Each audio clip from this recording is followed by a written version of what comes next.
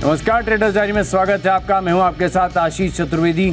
और नमस्कार, मैं हूं आपके साथ कुशल गुप्ता। कारोबारी हफ्ते का आखिरी दिन है और जो सेंटिमेंट्स आ रहे हैं आशीष ग्लोबल बाजारों से, वो अगेन वीकनेस के आते हुए नजर आ रहे हैं। हालांकि हमें देखना होगा कि हमारे बाजारों पर किस तरह का रुझान बनता हुआ दिखता है, क्योंकि कल जब हम यही चीज़ डिस्कस कर रहे थे सुबह कि ग्लोबल बाजारों में जो गिरावट हुई थी परसों, उसका इम्पैक्ट हमारे बाजारों पर बहुत वीक होने वाला है, वैसा कल ज़्यादातर हमें देखने को नहीं मिला। इनफैक्ट काफ़ी सारे लेवल्स पर यहाँ पर निचले स्तरों से अच्छी खरीदारी भी लौटती हुई नजर आई। हालांकि अगेन थोड़े से देर के बाद, यानी कि थोड़े घंटों के बाद, कल के सेशन में ही हम वापस से गिरावट की चपेट में आते हुए नजर आए। बट बहुत ज़्यादा फर्क हमें ग्लोबल बाजारों से नहीं पड़ता हुआ नजर आया। अब देखना होगा कि आज हमारे बाजारों पर क्या इम्पैक्ट आता है कल के ग्लोबल संकेतों का, जिसके अंतर्गत आप देखिए यूएस मार्केट्स लगातार दूसरे दिन यहाँ पर बड़ी गिरावट होती हुई दिखी और 250 अंक फिसल कर डाउ जो है दिन के निचले स्तरों पर जाकर बंद होते हुए नजर आ रहे थे। Of course Fed chairman Jerome Powell साहब का जो बयान आते हुए दिख रहे थे और हॉकिश कमेंट्री उनकी तरफ से आई,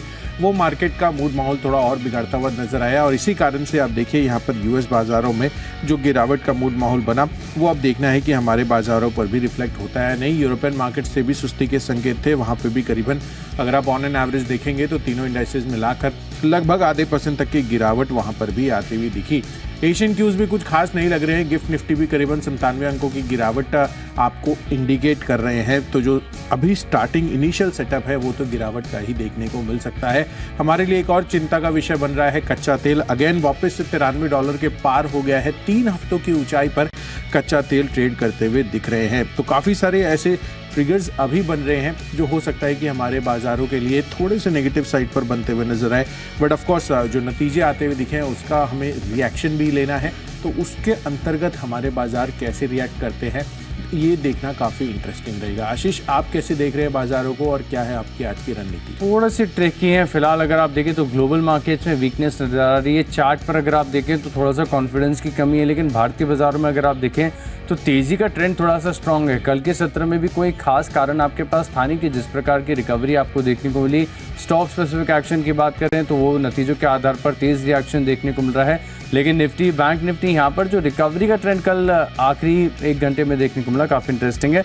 लेकिन फोकस है पूरी तरीके से नतीजे और खबरों पर। तो इसी के साथ कर लेते हैं आज की लिस्ट की शुरुआत कैश की कैटेगरी के साथ। पहला स्टॉक है मेरी लिस्ट में तेजिस नेटवर्क। करिए यहाँ पर खरीदारी 915 के टारगेट के लिए 880 रुपये का आप लगाइए स्टॉप लॉस। खबर आ रही है कि TCS से सप्लाई करने के लिए 108 करोड़ का ऑर्डर मिला है। छोटा सा ऑर्डर है लेकिन इससे जोश यहाँ पर आपको देखने को मिल सकता है। 915 के टारगेट के लिए खरीदारी करेंगे। बिल्कुल आशीष, और तेजस नेटवर्क्स तो हमने लंबी अवधि के लिए भी निवेश करने के लिए आपको राय दी है।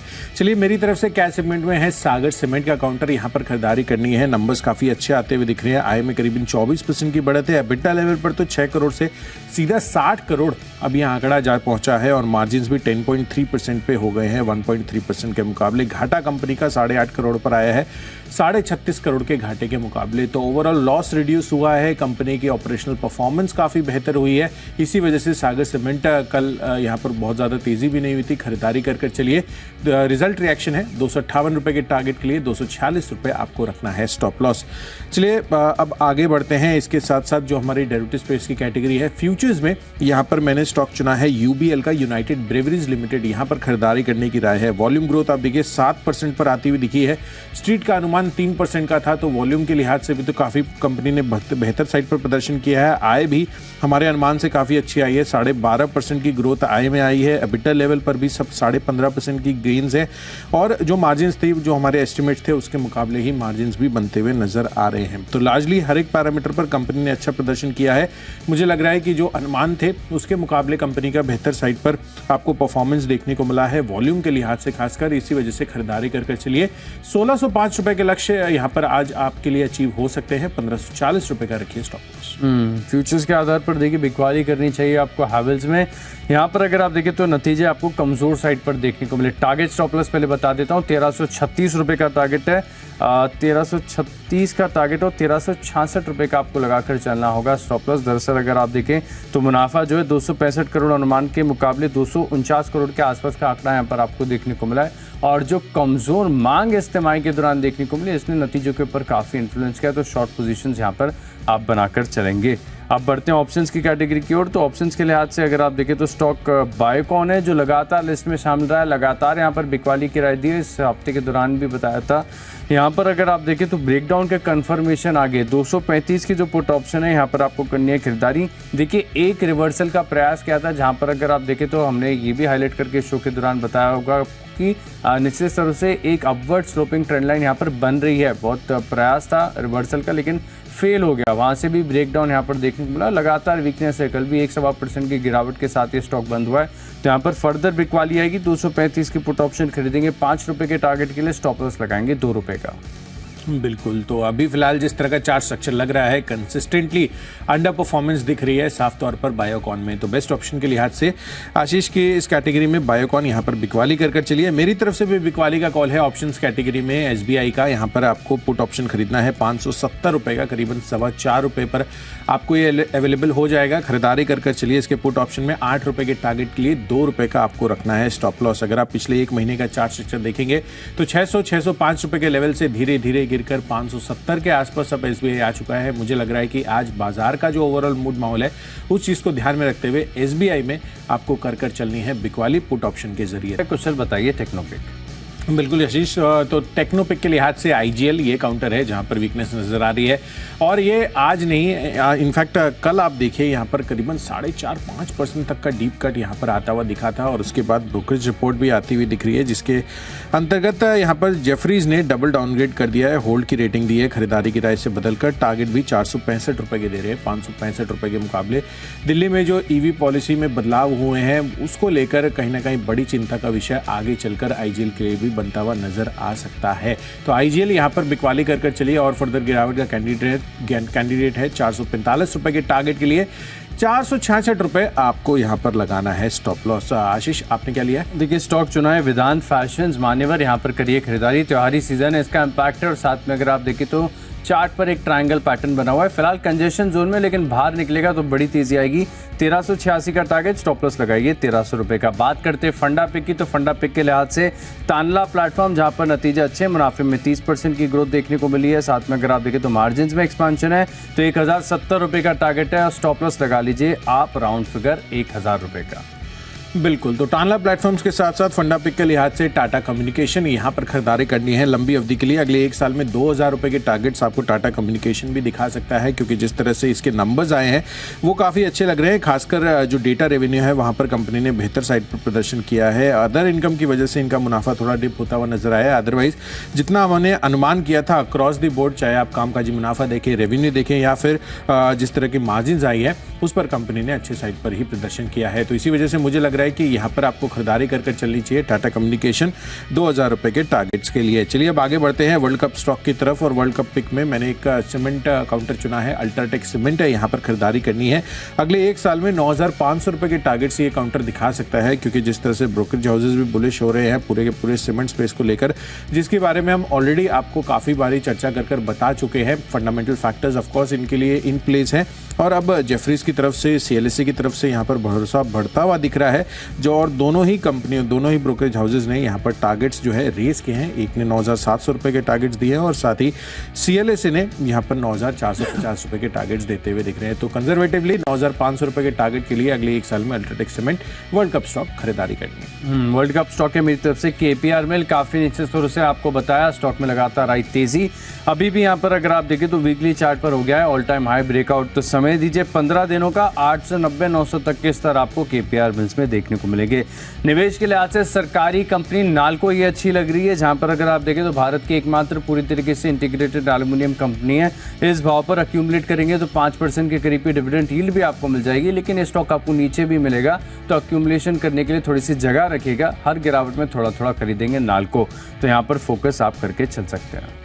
बिल्कुल, तो नाल्को यहाँ पर फोकस कर चलना है लंबी अवधि के लिए। ऑफकोर्स निवेशित रह सकते हैं और यूएस में कल जो अल्कोआ में गिरावट हुई है उसके बाद अगर थोड़ा और नीचे आता है नाल्को तो अच्छी एंट्री पॉइंट्स भी फर्दर आपको देखने को मिल सकते हैं। चलिए निवेश के लिहाज से यहाँ पर PVR आइनॉक्स मेरी तरफ से खरीदारी करनी है। 3 से 4 महीनों में 1950 रुपये के टारगेट्स दे सकता है। अब इसके नंबर्स आते हुए दिखे थे और नंबर्स काफ़ी शानदार रहे थे कंपनी के। ऑब्वियसली काफ़ी चल चुका है स्टॉक, बट अभी भी जिस तरह के पोटेंशियल्स इसमें हैं और आगे का जो फेस्टिवल फेस्टिव पीरियड है, मूवी की पाइपलाइन है, 3 से 4 महीनों में 1950 रुपए के टारगेट्स आपको निवेश के लिहाज से पीवीआर आइनॉक्स में देखने को मिल सकते हैं। चलिए अब आगे बढ़ते हैं खबरों के लिहाज से, और खबरों में Equitas small finance bank numbers काफी अच्छे आते हुए दिखे हैं। एनआई 26% बढ़ी है, मुनाफा 70% ग्रो किया और जो एसेट क्वालिटी है उसमें भी सुधार आता हुआ दिख रहा है।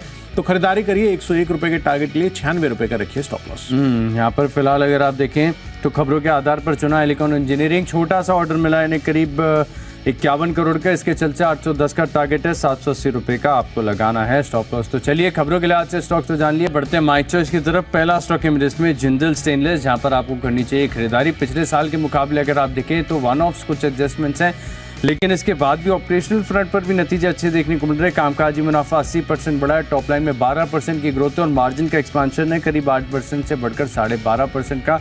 तो जिंदल स्टेनलेस खरीदारी करीब 465 के टारगेट के लिए और 445 रुपए का आपको लगाना है स्टॉप लॉस। आखिरी स्टॉक है मेरे इसमें गोदरेज प्रॉपर्टीज, जहां पर अगर आप देखें तो हल्की सी नेगेटिव खबर है, लेकिन आज बाजार का मूड माहौल कुछ सपोर्टिव नहीं लग रहा है। गिफ्ट निफ्टी 100 अंक नीचे दिख रहा है। फिलहाल अगर आप देखें तो खबर आ रही है कि इसको 129 करोड़ का जीएसटी डिमांड नोटिस मिला है। वैसे तो कंपनी के लिहाज से बहुत छोटा है, लेकिन फिर भी इम्पैक्ट आ सकता है। 1655 रुपए का टारगेट और 1685 रुपए का आपको लगाना है स्टॉप लॉस। बिल्कुल, तो चलिए माई चॉइस कैटेगरी में मेरी तरफ से एक खरीदारी, एक बिकवाली का कॉल है, जिसके अंतर्गत सबसे पहला है सोनाटा सॉफ्टवेयर। यहाँ पर खरीदारी करनी है 25 अक्टूबर को। नतीजों के साथ साथ कंपनी अब बोनस शेयर जारी करने पर भी विचार करती हुई नजर आएगी, जिस कारण से आपको यहाँ पर अच्छी तेजी आज देखने को मिल सकती है। 1140 रुपए का टारगेट बनाइए, 1090 रुपए का आपको रखना होगा स्टॉप लॉस। चलिए दूसरा कॉल है मेरी तरफ से बिकवाली का, जीएमआर इंफ्रा पर है। यहाँ पर कहीं ना कहीं शॉर्ट बिल्डअप होते हुए नजर आ रहे हैं एंड ओवरऑल चार्ट सेंटीमेंट भी देखिए तो यहाँ पर वीकनेस ही दिखा रहा है। कल के दिन में भी ऑलमोस्ट 2.5% तक की गिरावट दिन के निचले स्तरों पर जाकर लगभग बंद होते हुए नजर आए थे। इसी वजह से मुझे लग रहा है कि आज यहाँ पर बिकवाली और भी बढ़ सकती है। गिफ्ट निफ्टी भी आप देखिए 100 अंकों से ज्यादा की गिरावट दिखा रहा है। 54 रुपए के टारगेट के लिए यहाँ पर बिकवाली करनी है, 58 रुपए का हायर साइड पर रखना है स्टॉप लॉस। तो चलिए जो 20 स्टॉक्स हैं इनकी फोकस लिस्ट हो गई है तैयार, और अगर आपने कोई भी स्टॉक या कोई भी लेवल मिस कर दिया है तो पहले आप जल्दी से देखिए रिकैप। कैश का स्टॉक है मेरे इसमें तेजस नेटवर्क्स, हैवेल्स की फ्यूचर्स में करनी है बिकवाली और बायोकॉन में आ रही है लगातार गिरावट। 235 की पुट ऑप्शन खरीदेंगे। टेक्निकली पसंद आ रहा है वेदांत फैशन, फंडामेंटली तानला प्लेटफॉर्म्स के नतीजे अच्छे हैं और वर्ल्ड कप पिक है मेरी तरफ से केपीआर मिल्स। निवेश करना है नालको में, इलेक्ट्रॉन इंजीनियरिंग में खबरों का असर देखने को मिलेगा। जिंदल स्टेनलेस के नतीजे अच्छे और गोदरेज प्रॉपर्टीज में आ सकती है हल्की गिरावट।